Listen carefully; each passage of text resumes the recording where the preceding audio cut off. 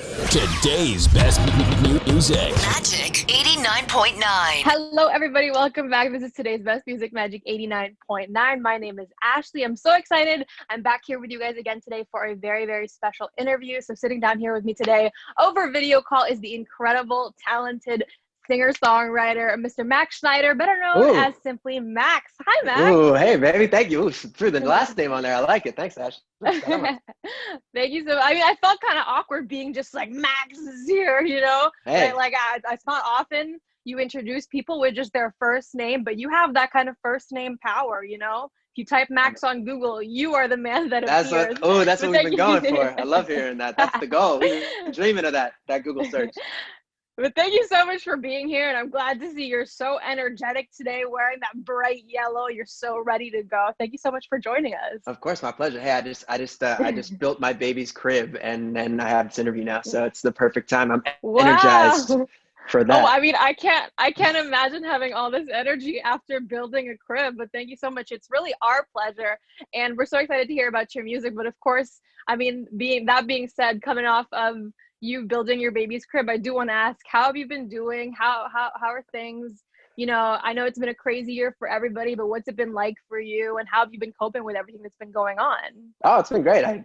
Emily and I brought her into the world in whatever way you want to say, the first week of quarantine here in the States. So she's been literally, our quarantine has been mapped out by my wife's pregnancy, and she's going to be here. Baby girl's going to be here in like 2 weeks. So we're ecstatic to meet her. And honestly, I feel grateful that that's been pretty much this year for me, making music and putting out Blueberry Eyes and making the video. It's just, it was the year I thought was going to be horrendous, and I'm grateful that it turned out to be really wonderful.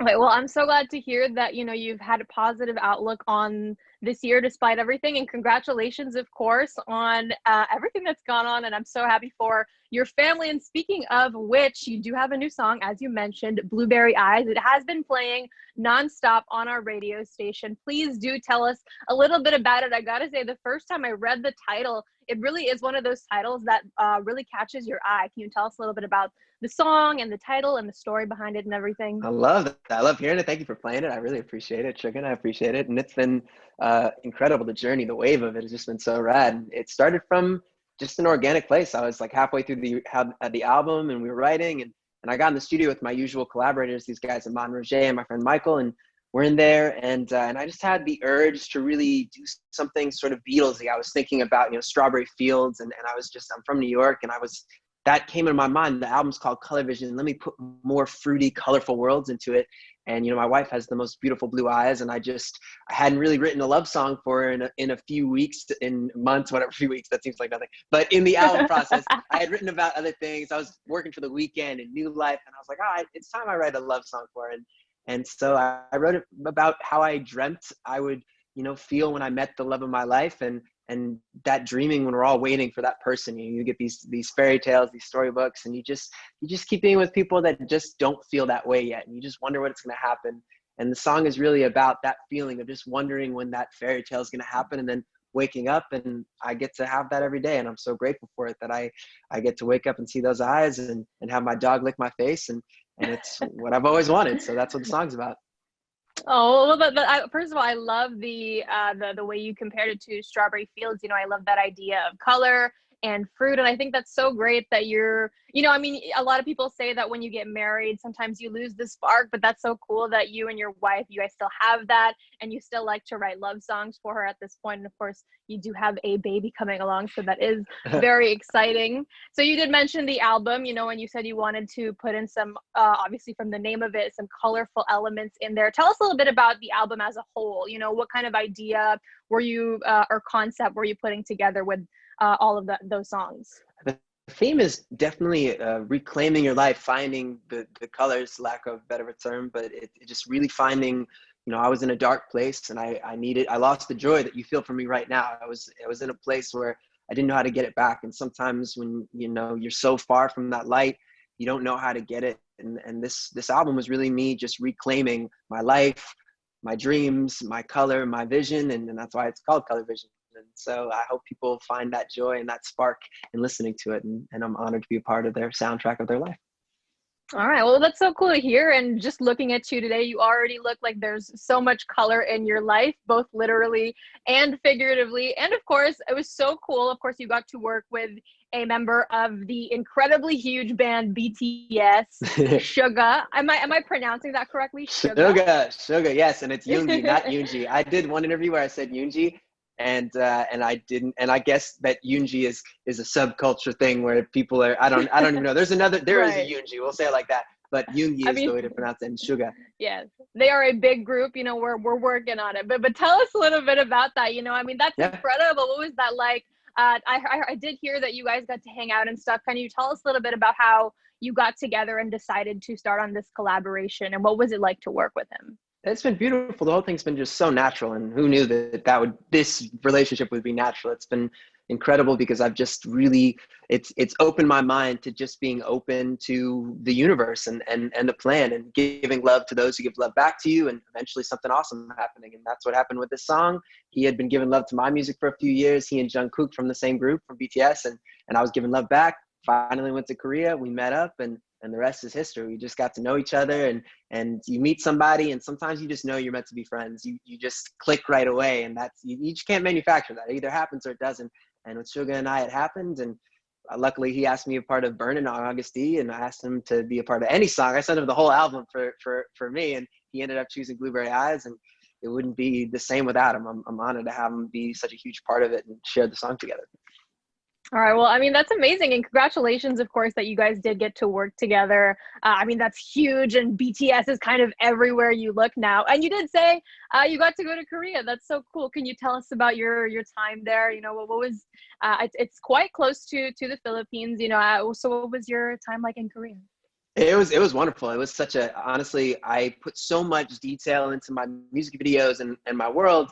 And sometimes you wonder if people notice, they listen to the songs, but I show up in Korea, and I'm greeted at the airport with people with yellow everywhere. They have yellow cakes, they have yellow outfits.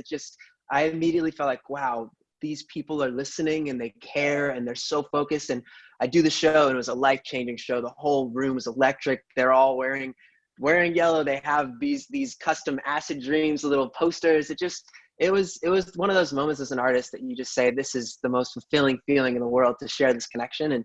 And obviously that trip was when I met him. So the whole trip was out of this world. I mean, I can't wait to bring my little baby girl back, and my wife didn't get to go with me. So we're going to go there. We'll come back to the Philippines. Next time I go to Asia, we're doing all the stops. And I can't wait to come back to the Philippines, because my first trip was very surreal. Only time someone's broken in my hotel room ever in my life. And so I have a very fond memory of visiting the Philippines. Well, of course, I'm glad to hear that you look back on it. I want to say fondly. Yeah, I didn't But die. I'm we're good. I didn't get murdered. We're good. We're cool. That's right. You made it here, but we're so excited. We do hope to have you back. Hopefully, when everything is safe. And that being said, because of all the sort of restrictions happening this year, obviously you can't, go on tour, you can't have concerts, you can't visit fans or anything like that. What do you miss most about the music world pre-pandemic? I just miss that connection. One of my favorite things in the world is when you meet a fan for the first time, and you can just tell right away how often the music is part of their life. And I always, as a fan, when I meet an artist that I love, I just want them to understand how much they're a part of my world, how much I appreciate it. And so as an artist, I always try to give that experience. The second we look into each other's eyes, I want to make them feel like I've spent that exact amount of time they've spent with my music, and giving that hug to them for the first time, and just really appreciating that we are a part of each other's lives in this spiritual world of music. You can't replace that. And I miss that so much. And I hope to have it back as soon as the world is safe to do it. All right. Well, we hope for the same. And of course, when everything is safe, I'm sure your fans will be very relieved to be able to hug you again as well. And that being said, and I know you have your album and all of your music out now, but you also seem like someone who, at least in my eyes, is really you have a baby coming and everything. So there's so much to be inspired about. So that being said, can I ask, what is there for us? What can we look forward to with your upcoming music or your art or anything that you put out there? What is it that fans can look forward to? I'm just going to keep being as vulnerable as possible. And I hope that they find their own stories in these stories. And I got a lot of songs to write about this baby girl coming out. And and I'm excited to fall in love again through that experience. And there's nothing like that. So I hope that people love the songs that come from that. All right. Well, I mean, I love talking to you and how passionate you are about everything and how in love you are with life and with the people around you. It's such a joy. So thank you so much. And before we head on out of here, I want to ask, can you give a quick message to all of your Filipino fans, all your fans who listen to our station, who love your music and I'm sure miss you so, so much? Let's see if I can nail this. I don't have it in front of me. Let me see. And let me know if my pronunciation sucks. Here we go. Okay. Salamat sa pakikinig sa Blueberry Eyes. Close? Bad? Give me That was honest. good. I'm gonna tell you, Ashley, this is the first time we're meeting. I could tell you're raw. You would tell me what's up. So please make me do it better. Give me some pronunciation notes. that was honestly the fact that you did that off the top of your head. I'm really, really impressed. Okay, Ashley. Pronunciation was good enough that you would be understood by most people. So I would say like A- on that one. Really, really good. I like the A-. You got the honesty. That's very nice.